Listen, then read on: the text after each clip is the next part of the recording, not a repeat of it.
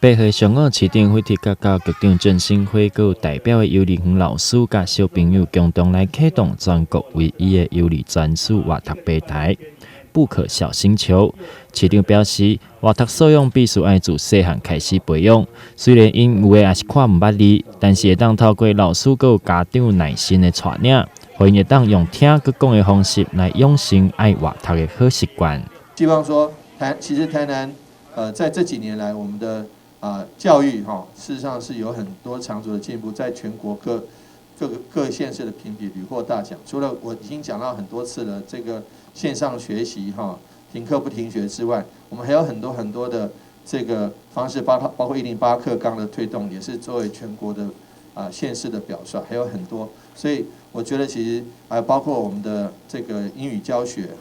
那这个部分我们都很希望说能够让这样子的一个成功的经验，能够让往下延伸，能够让我们孩子能够更早能够人家说不要输在起跑点上，我们不仅是不要输在起跑点上，我们在起跑点上就要领先。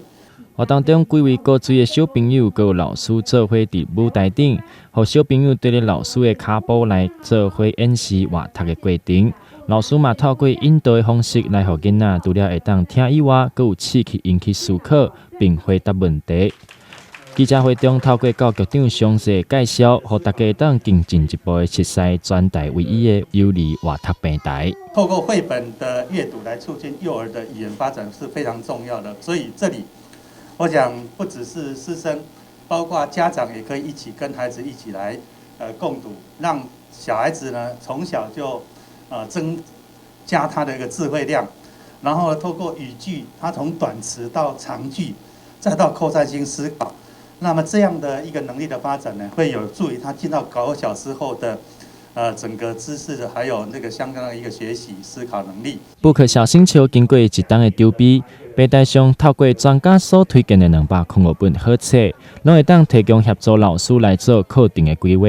教育局长表示，自细汉来培养囡仔的语言能力，会当更强化囡仔咧学习时阵的反应，好大家会当好好来利用平台的资源。台南新闻刘品言采访报道。